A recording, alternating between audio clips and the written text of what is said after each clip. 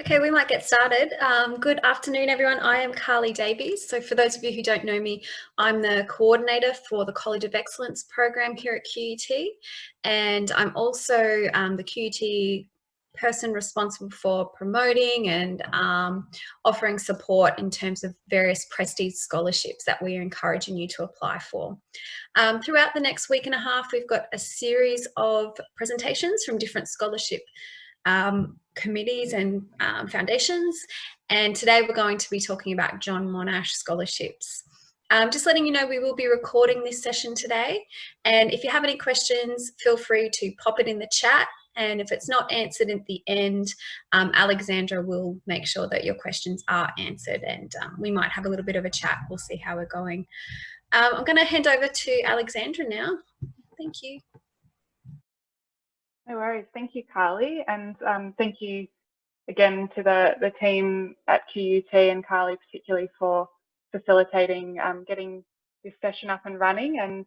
And thank you for all of you for joining us today. It shows a really great interest in these sorts of opportunities and great initiative and aspiration building from the university in making sure that these opportunities are visible and available for all of their wonderful students. So I would like to first begin the session today by acknowledging the traditional owners of the lands across Australia, wherever you may be joining this session from, and pay my respect to elders, culture and heritage. So we are going to be talking today about the John Monash scholarships, and in particular our upcoming round of scholarships which are now open. The 2021 John Monash scholarships, which are for Masters and PhD study overseas commencing in 2021. So what will we be covering in today's session? Firstly, a bit of an overview about the foundation and our scholarship, and then hopefully we'll have plenty of time at the end for a Q&A.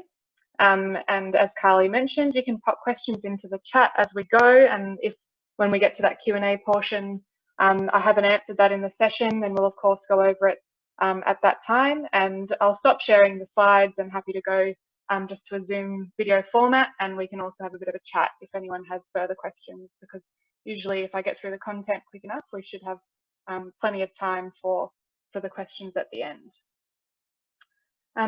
So I guess we always like to begin our presentations with this slide and quote from General Sir John Monash, because I think that it helps give some context and background to our foundation to kick off a general overview of what we're about and what we do. So we select leaders to undertake postgraduate study overseas with the support of our scholarship. And I think it's important to keep in mind that John Monash is, of course, our foundation namesake and the namesake for these scholarships that we give out, but that we are selecting scholars on the basis of their living out, perhaps, in a sense, their impactful pursuits as leaders in their various endeavours for the benefit of Australia as a whole, not just for themselves or their own career advancement. So I would, as a general bit of advice, of course, suggest that if you have interest in applying for our scholarship, that you do a little bit of research into our foundation namesake, General Sir John Monash, and then perhaps consider what similar values in terms of leadership you see between what you can find out about John Monash and perhaps how you see yourself being a leader in the future. And similar advice for any applications you see yourself undertaking, it's always a good idea to look into the organisation background and sort of if there's a historical figure behind that or an individual behind the funding of the scholarship. It's worth doing a little bit of reading into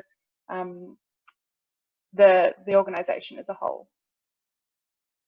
So what makes our scholarships unique from perhaps other opportunities you might hear about over the course of the next week and a bit? We are an Australian foundation that offers impact and leadership-based scholarships to Australians to complete their postgraduate study overseas. And in that sense, we like to think we're uniquely Australian as an Australian foundation.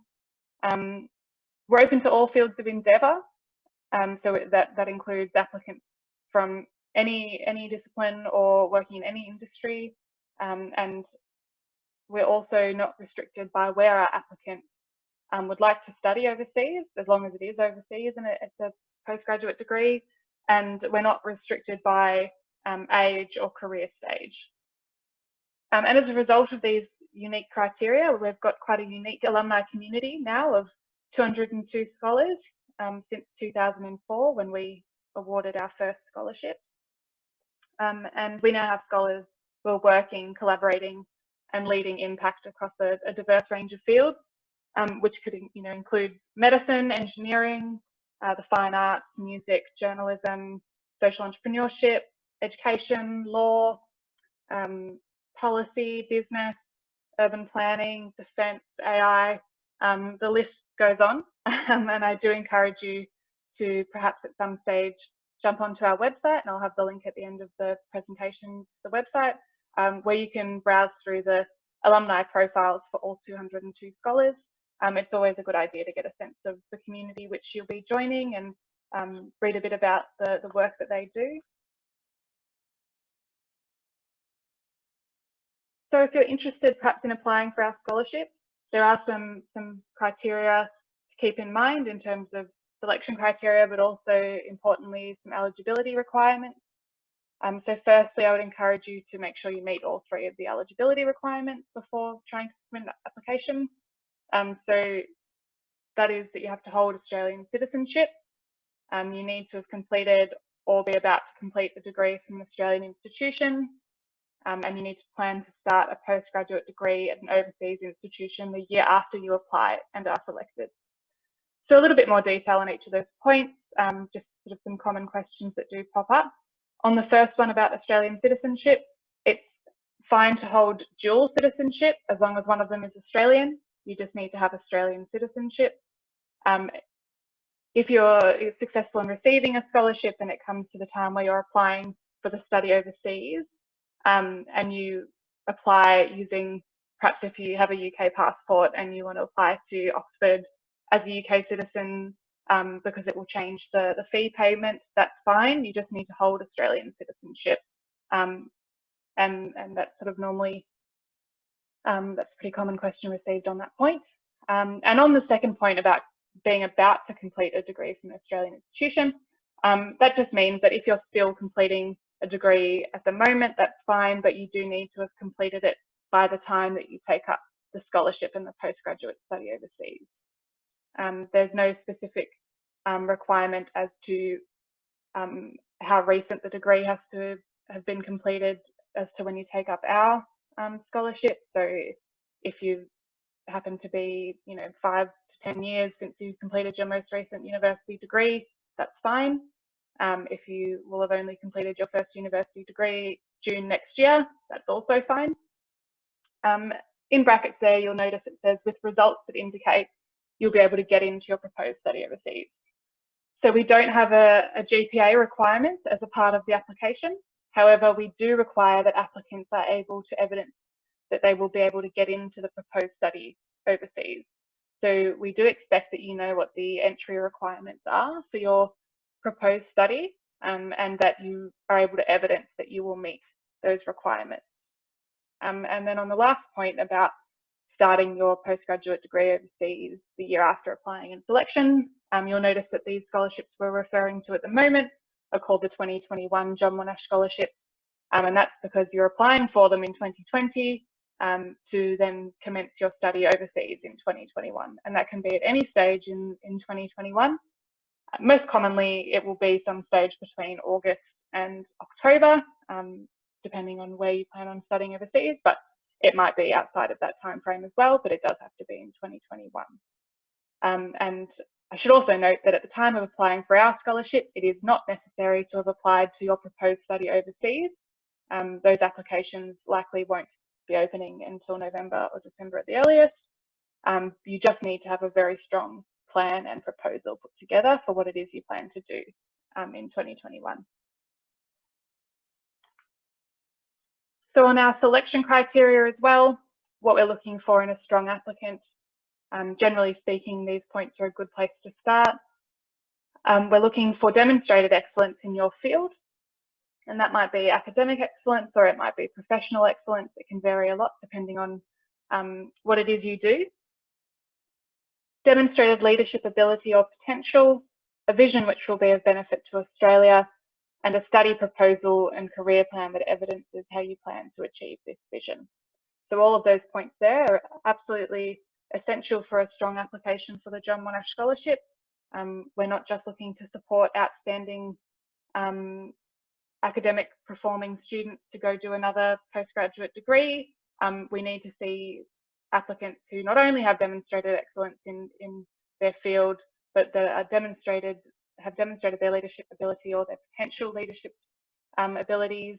And most importantly, they have a vision which is of benefit to Australia, and a clear link between that vision and the study proposal and career plan that evidences how you plan to achieve the vision. We'll get a bit more into those selection criteria in the discussion about the application, the online application. So we do have a 2020 scholar from QUT, Jessie Hughes, and you can read all about Jessie on our website as well as on QUT's website.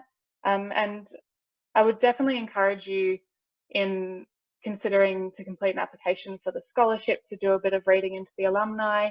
If you'd like to be in touch with any of the alumni to discuss your application, ask questions, get some insights into the process from their perspective, as well as to get their ideas on how they've found the application process and tips and that sort of thing. I'd very much encourage you to reach out to me. I'm happy to facilitate those connections with alumni.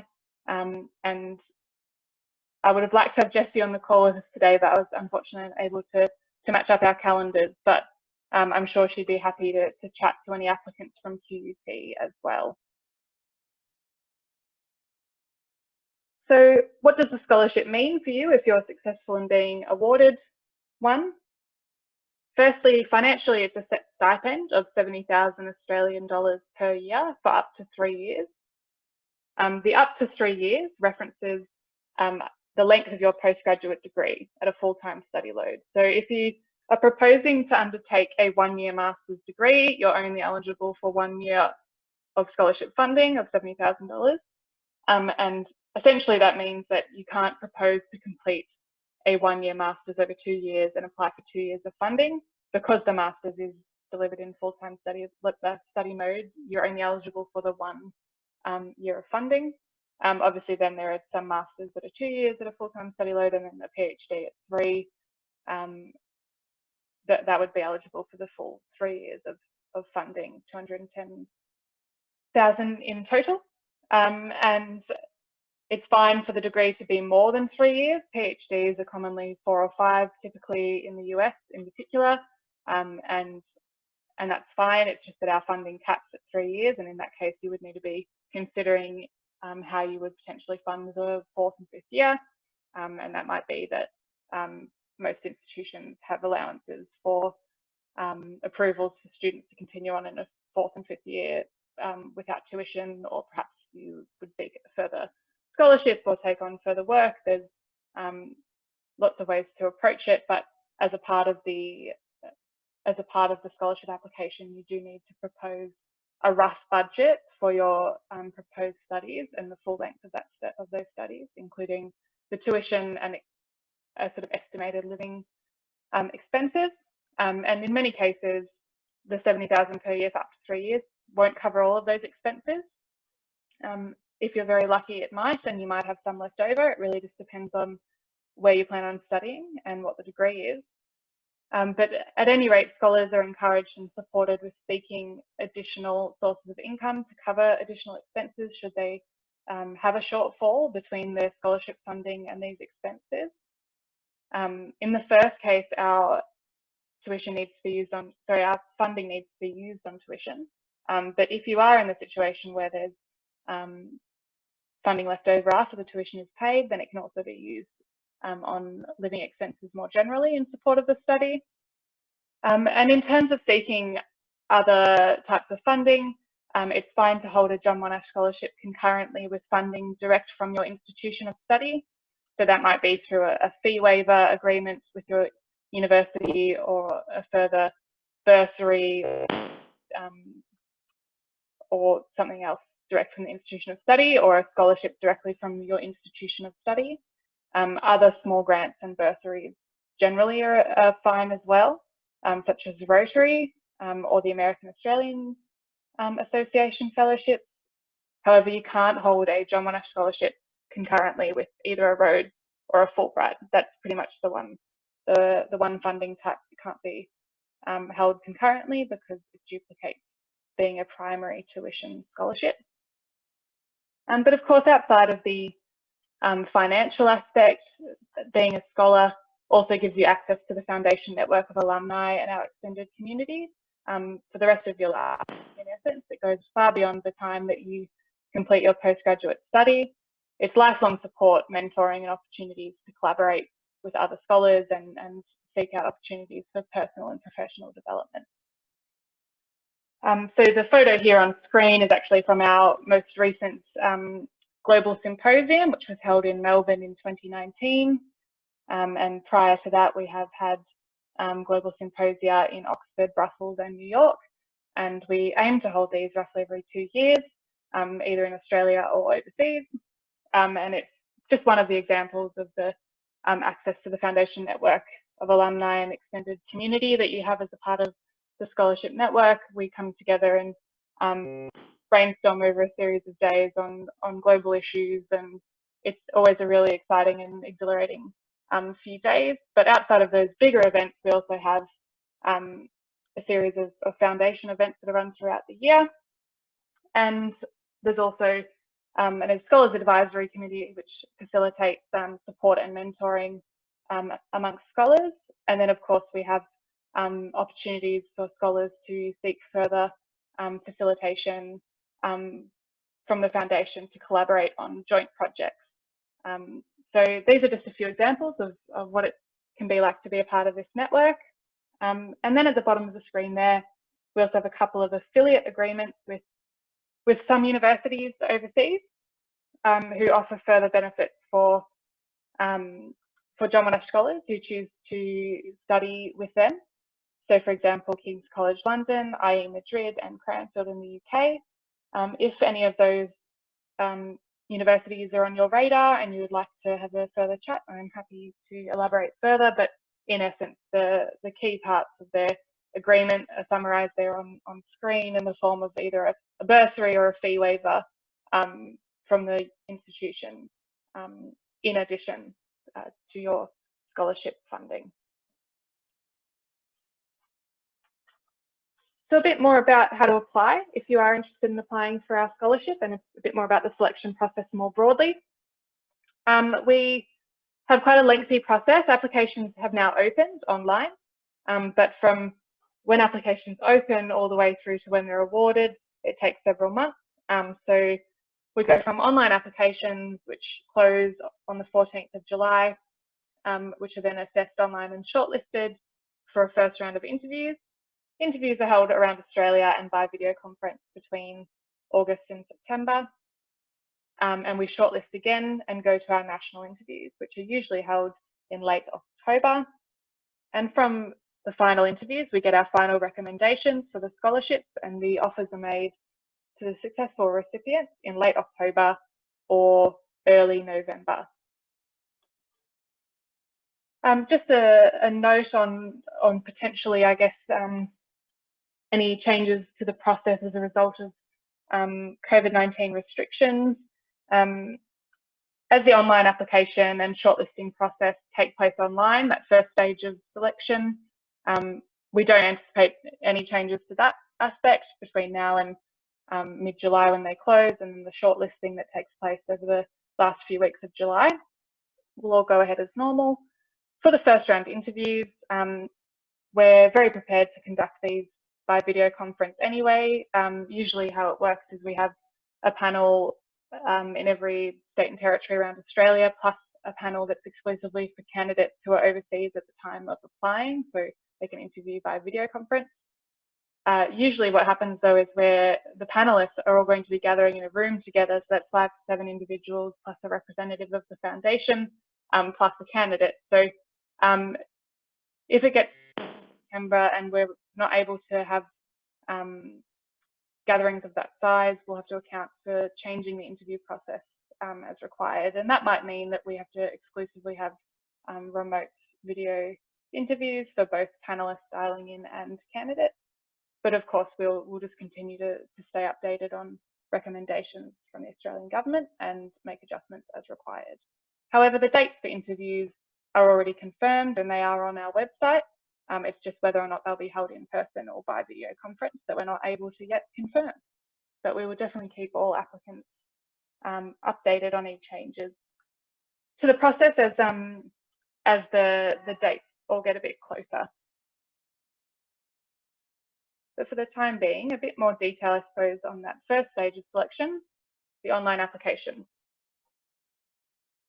So as mentioned, we have opened our online applications and you can access this through our applications page of the website. And I'll pop the link up shortly. From the applications page of the website, you hit an Apply Now button and it takes you to an online portal where you can make your own login. And once you've made a login and you start an application, you then have access to this to save and work on your application from when you open it until the close date, at which time it does need to be submitted to be considered for the current round of scholarship. And as a reminder, that due date is the 14th of July at 11:59 p.m. Australian Eastern Standard. But essentially, when you do open an application, it looks like a dashboard where you have several different headings to go in and work on some short answer questions and also upload some documents. The headings are somewhat like what you see on screen at the moment, so general information, postgraduate study proposal, proposed benefit to Australia, leadership engagement and impact, professional experience, academic experience, and 3 referee reports. So one tip I would like to give you, or 2 at this stage, I suppose. One is that the application is open for 2.5 months for a reason. And I would encourage you to try and utilise as much of that time as possible to really reflect on what you're submitting and make sure that you're submitting a clear and coherent and proofread application. That also relates to the 3 referee reports, which must be submitted by the due date as well. So how that works is we require 3 referees complete a letter of reference on your behalf. And they also will do a short scaled metric of a few character-based and leadership-based questions. And then they also fill out how they know you and for how long they've known you. And it's a very simple process. I can go into a bit more detail about what's required of your referees in the Q&A. But it's all facilitated through your application online. So you put their details into the request section of your portal and you hit send, and they'll get an automated email, and they need to then follow the instructions of that email to upload all the information direct to your online application. You'll be able to see if they have submitted it or what their progress is, but you can't see what they've submitted. You definitely need to make sure that all 3 of them are 100% complete by the time the application closes, so that information can go to the online assessment stage along with the rest of your application. So the more time you're able to give your referees and more notice, the better. And then my last tip is in considering submitting a strong application online is, although the way that you view the application is a separate tabs on a dashboard, I would really encourage you to think about your application as an entire story about who you are, and it's really explaining what it is, what's the impact that you are passionate about, why it's important to Australia.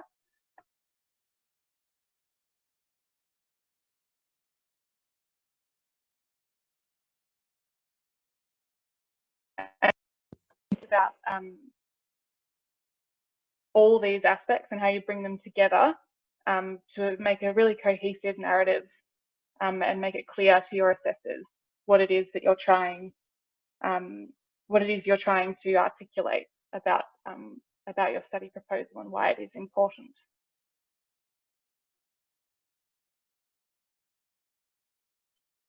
So a few tips before we get into the Q&A portion.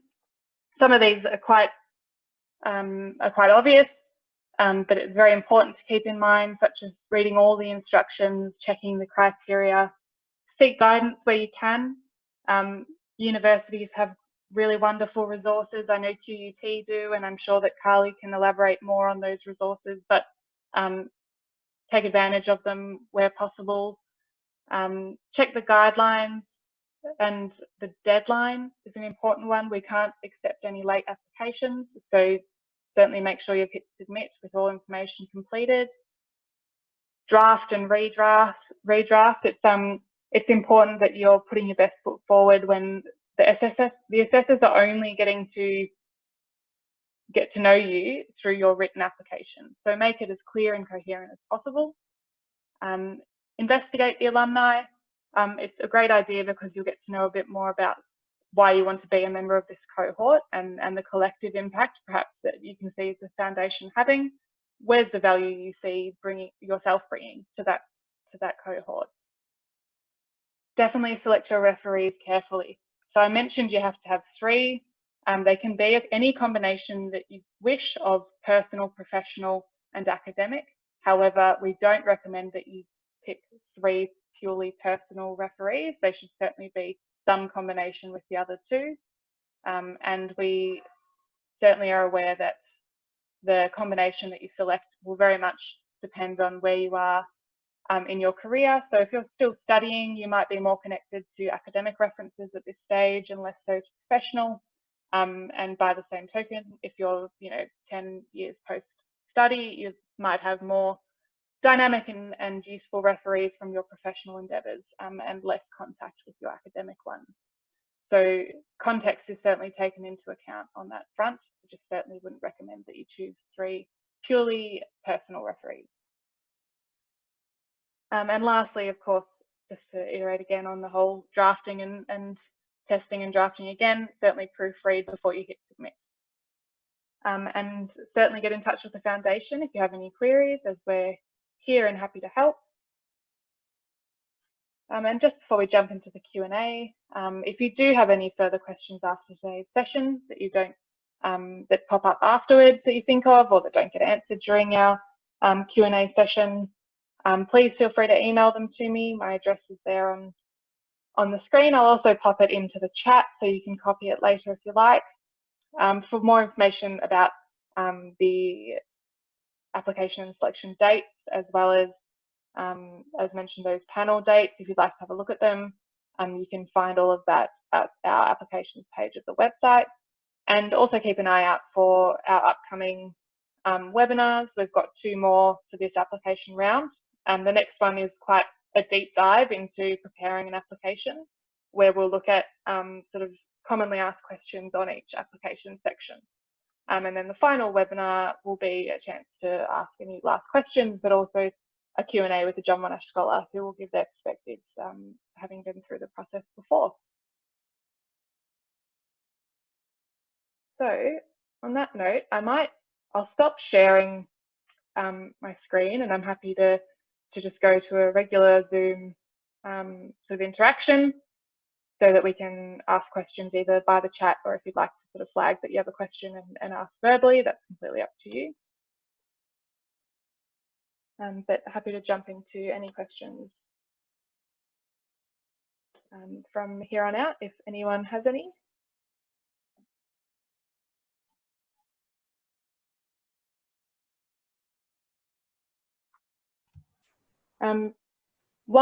If people are just thinking of any potential questions, I'm happy to give just a little bit more context, because it does often pop up anyway, a little bit more context to, generally speaking, what is asked of the referees when they're asked to complete a reference for your application. So as mentioned, it takes place through the online portal, so you send out the request through your own application. So I would certainly recommend, as is the case with any time that you request a reference, is that you let your referees know in advance that they're going to receive this request, and let them know that it'll be coming from the application portal. So it looks like an email address, roughly like admin@communityforce.com. They then receive an email that, for example, dear John, writing to request a reference on behalf of Julie's application for the John Monash Scholarship. Then it gives some details about the foundation and the scholarship and our selection criteria. And then it also gives them instructions on how to access the portal, and once they're there, how to upload their letter. It's very straightforward in terms of the screen that they see when they follow the instructions to upload their reference. As mentioned, there's a short scaled metric of a few questions that are based on our selection criteria. So I would certainly direct them to have a bit of an idea about how they would speak to your capacities as a leader, your motivations for undertaking the postgraduate study, and your evidence excellence within your field. And as mentioned, it comes from your application, but at the end of the email that they get, it has my details so that they're encouraged to reach out if they have any issues at all, because I'm normally able to help troubleshoot any sort of tech-related hurdles that might pop up. So I hope that sort of helps with giving a bit of a briefing about the reference request. And I see we've got a couple of questions in the chat, so I'll jump in and ask those. And yeah, feel free to shoot through any more. We've got plenty of time. So the question on how many scholarships are awarded each year, it varies each year. We sort of benchmark roughly between 10 and 20, and it's sort of based on a multitude of factors that will play into that. So yeah, it's not a set number, but between 10 and 20 each year is normally guaranteed. So the question we've got here, a quick question about the programs that we might be wanting to apply for. If there are a few programs we believe are the best in our field of study, should we mention these or focus on one course in particular we want to pursue? It's a really good question. On the application, you do have room to list your first and second preference, and then you have another section that's just called Postgraduate Study Proposal, where you go into more depth about why you've chosen that particular course and institution, and the sort of clear connection of the study to skills and capacity building in relation to your vision for the betterment of Australia. As to whether or not you focus in on specifically one or perhaps multiple, it will really depend on if you do have many that you think are the best in your field of study. So if there's a few that would help you meet the goals that you've set out, then you could mention that that you have a few clear options and why, but just to sort of focus in on making sure you still are explaining the relevance of the study to your vision for Australia, and sort of making that the clear focus.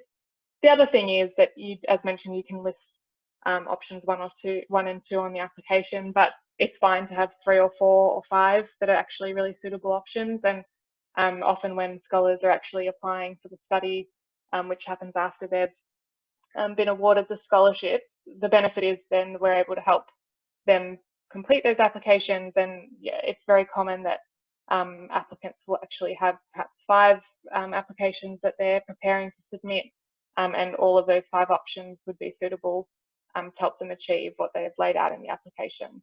It's just that we only have room to reference 2 directly on the application, but it's great to have researched multiple. It just shows that you've really looked into it. And by the same token, in other scenarios, perhaps there is only one outstanding place in the world for you to be for your area of impact. It really just depends on the area that you're looking to undertake your study in.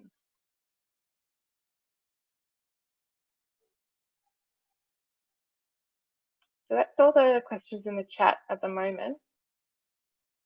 I'm happy to give it another minute or two if anyone else has anything else they'd like to ask whilst we're all. While we're waiting, I might just mention in terms of QUT support, there are a lot of resources and workshops that you can come along to along the lines of, building your own personal brand. So understanding how to best understand and sell yourself. And then things like writing skills or thinking about your own leadership journey. So there are a lot of different workshops through either the College of Excellence, Leadership and Development Program, careers workshops, the library. So you can either kind of search for those kinds of things yourself, or you can join the mailing list for Prestige Scholarships, and then I can send you information that I think is relevant for the scholarships that you're interested in. If you haven't already, check out the website for students. I've just posted it in the chat, and you can find out latest information about the scholarships there and sign up for the mailing list there to get information about the scholarships that you're interested in. Wonderful. Thank you, Carly. That's great to know. As I said, universities are often a great resource for opportunities such as this. And I would also really encourage applicants to take advantage of that at any stage of the application process, because it sounds like it would be really useful for not only the online application but also for preparing for interviews. That sort of discussion around how to articulate clearly what your leadership journey is a really important skill, and sort of being comfortable with your own elevator pitch is a great skill to have in general, but certainly one that's really valuable for applications such as this. So certainly encourage you to reach out and take up those resources. I've also just put into the chat my email address, also the link to our alumni profiles on the website, and now just our applications page of the website, just so everyone has those. And of course, as I mentioned in the presentation, I'm always happy to answer any questions you might have about the application, things that might pop up along the way. I'm not able to read and review drafts of your application, but I am able to answer direct questions you might have and help brainstorm and provide insights and advice, generally speaking. And importantly, as I mentioned, I am able to connect you with alumni that might be able to give you valuable information and insights as well on the process and being a part of the John Monash Scholar community. So it looks like we don't have any more questions in the chat, and if happy to throw it out there if there's any final ones from anyone. But if not, you can always reach out to me by email. And again, I want to say thank you to Carly and all of the team there at QUT who have been so great about pushing out these great opportunities to the students. I think that it's really valuable and important, and I'm really excited that we had the opportunity to have this session, even if it has to be virtually. You know, it's great that we were able to connect. And please do look into as many of these opportunities as possible, and don't feel intimidated from submitting them, because you know, everyone I think gets a little bit intimidated by the sort of terminology thrown around about leadership and impact, but rest assured that everyone has their own brand of leadership, and if you've got something that you're passionate about working towards in terms of impact, then you should really be considering this opportunity as one that might be right for you. So yeah, reach out if I can assist with any questions, and all the best with researching and writing your applications. Thanks so much for your time today, Alexandra. This has been really helpful. No worries. All right. Thanks, everyone. Thank you.